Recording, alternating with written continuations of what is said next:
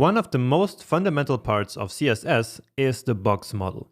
So in order to progress in this section, we now need to learn what the box model is all about.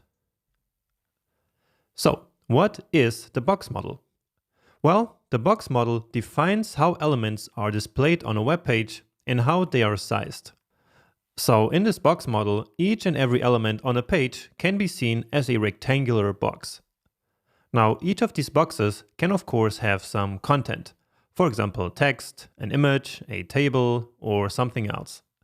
Then, around the box, we can define a border using a special CSS property. So a border goes around the entire element and is still part of the element. Now, the next aspect of the box model is padding. So padding is basically empty space that we can create around the element's content. So between the content and the border. And you can see that nicely here in this diagram. Now, just like the border, the padding is also still inside of the element. So essentially, padding is empty space that we can create inside elements. And with this, we actually finish the visible part of the element. So the part of the element that is contained inside of the box. Now, by default, the dimensions of the box are automatically defined by its content. However, we can also manually set the box dimensions using the width and height properties.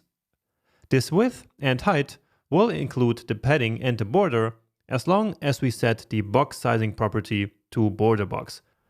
But anyway, now moving outside the actual visible element, we have margin. And margin is similar to padding, because it also creates empty space, but this empty space is around the element, so it's located outside of the element itself. In practice, we use margin to create space between elements. So if, for example, we want space between two certain elements on our page, we simply specify the margin property on one of them. Now, just note that all these properties are optional, of course, so we haven't been using them and our page has still been working fine. So we don't have to specify paddings or a border or margins or even some width or some height. So we can define none of them or some of them or even all of them. It really depends on how we want our layout to look like. Okay, and now that we have a good idea of the box model and how all these properties work, let's go back to code. Now, if we look at our page here, we see that actually there's already a lot of predefined space. So all of the space here that we see around this heading, for example, is coming from somewhere. So we can see that nicely in the developer tools here. So when we hover over this H1, or we can also just right-click directly on this element and inspect. And so then we get it also highlighted here. So you see that up there, the blue part is basically for the content and the orange parts are for the margin. And in fact, if we come down here and take a look again at these user agent style sheets, then we see that there are some margin properties which have these values here. And the same is true for this paragraph here. So you see, again, the orange space is basically the margin of the element. So in order to style our page, it is best to actually reset all of these margins and paddings. So basically get rid of everything that the browser adds by default. And so that's where our global selector here comes into play again. So basically what we want to do is to remove padding and margin on every single element.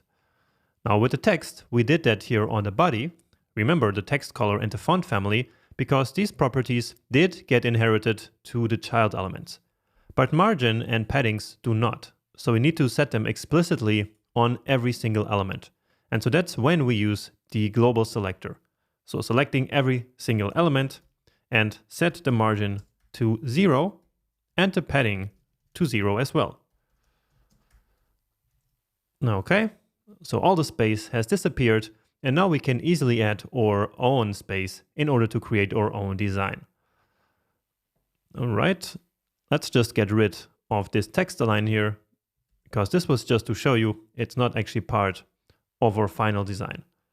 What we also need to do before we can start, as I mentioned at the beginning of the lecture, is to add the box sizing property.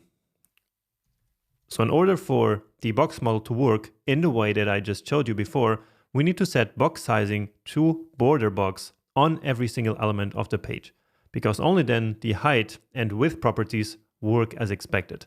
And so this is a default, basically all of this here. This is kind of a default that we do on every single page that we write. So like a global reset. Some people do some more things, but I like to keep it simple and do it like this. So I have this here on every single page that you will see from me. But anyway, let's now start adding back some space here to make our page look designed. So first, let's take a look at our big parts of the page, which are this header here, the form, and this main part here, remember. So we have the header, the form, and main, right? So actually, just like with the form, I like to give the header here also a class, so that then in the CSS, we select everything using a class. So let's just call it header as well. So now the header has a distinct name and fact form as well. So let's select that here with, again, the class selector and then the name of the class. And now we can add to start some margin here. So we can write margin, let's say 40 pixels. And you see immediately it added 40 pixels, or at least some space here, around the entire element. So we can select that here. And then there in orange, you see that space. And if we turn it on and off here, then you see how it changes. So that's what we use this inspector here and these dev tools for. All right. So remember how I mentioned before that we use margin basically to create space between elements. And so in this case, I want a margin simply to create some vertical space between this header and the form, and then also between the form and the main part. And so we can set these margins on only specific sides. So I can say, for example, margin dash left. Now you can see it. But so here you see that the space has only been added to the left side. So the orange bar is there now only on the left.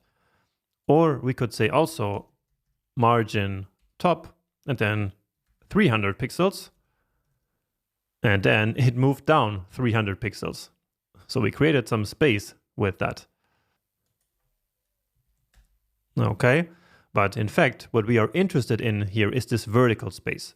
And so what we usually do to create vertical space is to simply add some space to the bottom of the element. So that will look like this. All right, so we have 40 pixels now at the bottom of the header. And so let's do the same for the fact form. So that will then create some space here as well. So margin bottom, let's again go with 40 pixels. And so that looks a little bit nicer. And it starts looking more similar to what we have here. So here we have those 40 pixels and here those other 40 pixels. Okay, so next up, let's add some spacing here to these facts here. Let's close that and come here. All right. But before we do that, we actually need to change something in our HTML, I think at least. So you see that here we added the class of fact only to the paragraphs, right? And so that's why these buttons here, they are outside of this box with the color. So with the background color of this gray, right? But in fact, what we want the fact to be is this entire list item here, so that it also includes basically these buttons here. So this box with the buttons. And so what we need to do now is to grab this and cut it and actually put it here on the list. So if we give this a save, you see that this first one here has already been changed, and so the buttons are now inside. And again, we can see that nicely by right-clicking. And so, yeah, so the fact here now is this entire element. And you see it became blue, so it has now that paragraph and also this div here inside of it. So again, I want you to get into this habit of using this inspector like this all the time, as it's really helpful to really grasp what is going on. Let's now do the same here. Give it a save, and there we go. So now what we need to do is to add some margin, because, well, right now it doesn't even look like two facts, but only as one fact, because there's just no space between them. And so again, what we can do to add that vertical space is to add a margin to the bottom. So remember the class is fact, and so let's come here and add our margin bottom. And here let's go for a smaller value, let's say 16 pixel. And so that's already a lot nicer. But we can do still better. So we used margin to create space outside of elements. But now remember that we can also use padding to create space inside of elements. So here, this text is really like smashed to the sides of this box. So that's not really what we want. And so we use padding now to add space inside of the box. So let's also try 16 pixels here. And there you go. So now you have some space inside. So padding is really useful when we have some background color or, for example, some border. And since we're talking of border, let me just quickly show you how we would create a border. So to create a border, we just write the border property. And now for the first time, we have a property that accepts multiple values. So we need to specify 3 different things for a border. First, the width, for example, 4 pixels. Then basically the style, which can be solid, or it can be dotted, or dashed, or things like that. And then finally the color. So let's say simply red here, and give it a save, and there it is. So there is the border, and it could be also, for example, dashed, and so on and so forth. So for now, that's not really what we want. I just wanted to show you how we can specify a border. But we were talking about padding, right? And just like with margin, we can actually specify it on different sides. So we can also write padding left, for example, let's say 40 pixels, and watch what happens now. Well, nothing happened. That's because I was missing the T here. So padding left, of course, does not exist. Padding left does. And so you see that now there is a bigger space on this side. So the space on the other sides is still there because first we set it to 16, basically overall, and then we overrode the left side with this line that comes next. And by the way, if it was the other way around, if this was after, then this line of code would override this one. So here we set the left side first, but then after that we set all 4 sides to 16. And so then this one here would be lost, basically. But that's not what we want. Anyway, we want 16 everywhere. Or actually, let me show you even something else. So I hope that it's not being too much here. But yeah, just follow along here. So what I want to do now, which is something quite typical actually, is to add the same space on the top and the bottom, and on the left, on the right, some other space, so some bigger space. So basically I want to set the padding on the top to 16. I want the padding on the bottom to be 16. So yeah, that is working. And then I want the left side, let's say 30 for now, and also the right side.